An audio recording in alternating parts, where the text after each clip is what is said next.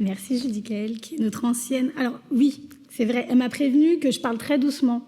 Donc je vais essayer de parler un peu plus fort que d'habitude. Donc merci à Judicaël, qui est notre ancienne référente à la JA et qui fait un travail incroyable, d'ailleurs, que je ne soupçonnais pas. Et je suis très contente de travailler avec toi, vraiment. Ce matin, le titre de la méditation, de ma prédication, c'est « Un murmure doux et léger ». Je vous invite à incliner la tête pour que nous puissions prier. Éternel notre Dieu, je te rends grâce et je te remercie de me donner cette opportunité de parler pour toi. Éternel, que tu m'effaces et que tu me remplisses de ta parole et de ton esprit. Au nom de Jésus, Amen. Ce matin, je vais vous raconter une histoire que vous connaissez certainement déjà. C'est l'histoire d'un homme qui a vu la météo et qui s'est dit « Oui, il y aura une inondation, mais moi, je crois en Dieu. Dieu va protéger ma maison. Et partout sera inondé, mais pas chez moi. » Cet homme, tellement convaincu, son voisin vient et toque à la porte et lui dit « Fais vite, viens, on va se mettre à l'abri sur la montagne pour qu'on puisse se protéger de cette inondation. » Et cet homme dit « Non, moi je crois en Dieu. Il va me sauver. Il va déplacer les montagnes et tout autour de chez moi, il n'y aura pas d'inondation. » Jour arrivé, l'inondation commence et malheureusement, sa maison commence à être inondée. Un voisin vient avec une petite barque et lui dit « Viens, monte dans la barque, on va aller se mettre à l'abri. » Et lui, il répond « Non, mon Seigneur va me sauver. » L'eau commence à monter et là, bien évidemment, obligé de monter sur le toit parce que l'eau monte beaucoup trop haut par rapport à sa maison. Et il arrive à dire « L'hélicoptère arrive et descend. »« Venez, monsieur, on va vous sauver. » »« Non, mon Seigneur va me sauver. » Finalement, ce monsieur va décéder. Et on dit dans l'histoire, bien sûr que dans l'histoire, qu'il arrive devant un ange et il dit à l'ange « Mais pourquoi le Seigneur ne m'a pas sauvé ?» Mais le Seigneur t'a envoyé ton voisin pour te prévenir. Il t'a envoyé la barque aussi pour te sauver. Et même l'hélicoptère. Mais toi, que cherchais-tu ? Cet homme répond donc « Je voulais que le Seigneur fasse un miracle extraordinaire pour me sauver. » Mais tout ça, c'était des miracles. C'est juste que tu ne les as pas reconnus comme tels. Cette petite histoire m'a fait me rendre compte que bien souvent, nous cherchons des très, très grandes choses pour le Seigneur. Nous voulons voir des choses incroyables. Et des fois, les choses incroyables sont dans les petites choses. Je vais continuer par remercier Joëna qui nous a lu le verset biblique du jour dans 1 Roi 19, verset 12. Alors oui, je vais vous demander de prendre la Bible parce qu'en fait, à la JA, on doit connaître sa Bible. Ouais, ça, c'est important pour moi. Donc pour diriger ce moment, nous allons nous concentrer sur l'expérience du prophète Élie sur le mont Horeb. Donc 1 Roi 19, versets 11 et 12. L'Éternel dit « Sors et tiens-toi devant la montagne, devant l'Éternel. » Et voici, l'Éternel passa. Devant l'Éternel, il eut un vent fort et violent qui déchirait la montagne et brisait les rochers. L'Éternel n'était pas dans ce vent. Après le vent, il fut un tremblement de terre. L'Éternel n'était pas dans ce tremblement de terre. Après le tremblement de terre, il y eut un feu. L'Éternel n'était pas dans le feu. Et après le feu, un doux murmure léger. C'est marrant parce que même Élie se retrouve dans la situation à croire, à penser que Dieu pourrait être dans tout ce qui est phénomène extraordinaire. Vous savez que pour les Grecs, il y avait un Dieu pour tout, la tempête, le beau vent, même un semi-dieu qui tenait la terre sur son dos. Il fallait toujours des choses extraordinaires pour croire que c'était Dieu, reconnaître Dieu. Il y a une semaine, on est parti camper Et vous allez pas me croire, mais j'ai une équipe incroyable et franchement, je les remercie énormément parce que le camp s'est super bien passé et il y a eu un temps, un soleil magnifique, c'était vraiment merveilleux. Et vous savez pourquoi j'aime autant la JA? C'est parce que quand je suis tombée amoureuse de la JA depuis toute petite, mais il y a un moment que j'aime particulièrement. Ce moment, c'est le moment où on doit allumer le feu de camp. Vous savez pourquoi? Parce qu'en général, à ce moment-là, tout le monde va dormir et je me retrouve toute seule face à ce feu de camp. Et là, je vois les petites flammes qui montent. Ça m'apaise, c'est tellement calme. Et ce qui est encore plus extraordinaire à ce moment-là, c'est que j'arrive à entendre la nature. Lorsqu'on est en ville et qu'on est à 200 km/h, toute l'année, toute la journée, on n'arrive pas à entendre le calme de la ville. Et quand on est au camp, c'est le seul moment où on arrive à entendre ce calme. Alors ce moment, c'est vraiment un moment très privilégié pour moi. Donc je m'installe devant le feu et j'attends. Et plus j'attends, je vois les braises qui montent et la fumée qui s'en va. Je regarde tout autour de moi et tout le monde dort. Et ça, c'est cool aussi. J'entends les animaux dans les buissons, les petits criquets qui chantent et qui nous font une douce mélodie pour qu'on puisse bien dormir. Ce qui est encore le plus agréable, c'est d'entendre les ronflements de mon père pendant ce moment. Et pas que mon père d'ailleurs, Calvin aussi, on l'entendait énormément ronfler. Et c'était très drôle d'ailleurs. C'est un moment qui est très privilégié. Parce que c'est ce moment de silence qu'on n'a pas tout le temps. Et surtout quand on est maman d'ailleurs. Ce moment de contemplation qui nous permet de nous retirer de cette vie qu'on a tous les jours, qui au final, qui est remplie de divertissement. On a souvent le divertissement, avant il fallait aller le chercher. Avant il fallait aller au théâtre, il fallait aller à l'opéra. Maintenant le divertissement il est là. Il est... Même des fois le divertissement il est dans la télé quand on passe devant la maison. Il est même sur les pubs qu'on n'a pas envie de regarder. Et en fait au final... on est tellement divertis par tellement de choses qu'on n'apprécie même plus le silence.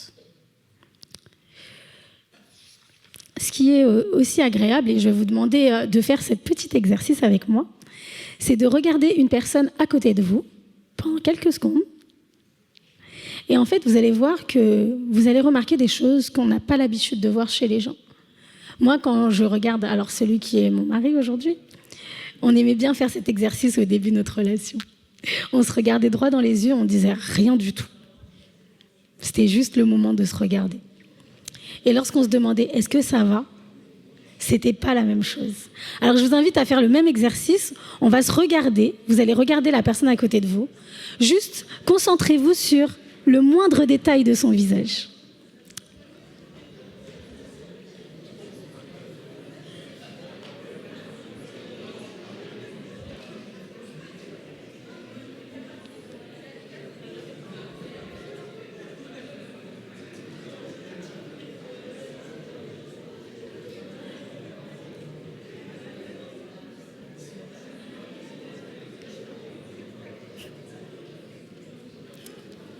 Vous avez vu que vous remarquez des choses chez les gens que vous ne remarquez pas avant. Je vous donne un exemple. J'ai fait cet exercice cette semaine avec ma fille et Kailina. Et j'ai remarqué un truc que je n'avais jamais remarqué. Et pourtant, on m'entend ? Je n'avais jamais remarqué que ma fille avait un petit grain de beauté sur le visage. Alors que je la vois tous les jours. Et c'est vrai que lorsqu'on prend le temps de regarder les gens et de leur demander comment ils vont, on remarque des détails qu'on n'a jamais vus avant. Et même ma fille que j'ai mis au monde, je ne remarque pas les détails. Ce matin, j'ai croisé Natacha et j'ai remarqué un détail. Elle a mis une broche et je ne l'avais jamais vue avec cette broche. Pourtant, je l'ai déjà vue avec ses couleurs, mais jamais vue avec cette broche. Je me trompe ? En fait, le fait de prendre le temps pour les autres, dans le silence, fait que nous arrivons à déceler chez l'autre le mal-être. Souvent, on a associé le silence à la peur, à l'angoisse, au manque et au vide. Alors que dès le début, le Seigneur, dans le silence, nous a appris. Parce que dans le silence, on crée. Dans le silence, on contemple. Et vous allez me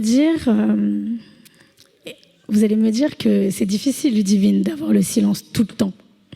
C'est vrai, je suis maman de 3 enfants. Le silence, on ne l'a pas souvent. Ce que j'aime aussi, c'est que en hébreu, c'est la fin du verset, il est traduit par une voix fine, silencieuse. Comment une voix peut être fine et silencieuse en même temps? Pour moi, ça paraît impossible. C'est soit elle est fine, soit elle est silencieuse. Et pourtant, dans cette phrase poétique, je retiens que le silence ne peut être seulement apprécié si on tend l'oreille. Maintenant, on va me dire, Lulu, t'es gentille, t'es mignonne, mais comment on fait pour avoir le silence? Alors, je vous dirais, venez camper avec nous, parce que c'était ouvert à tous. Mais ce que je veux vous dire, c'est arrêtez-vous.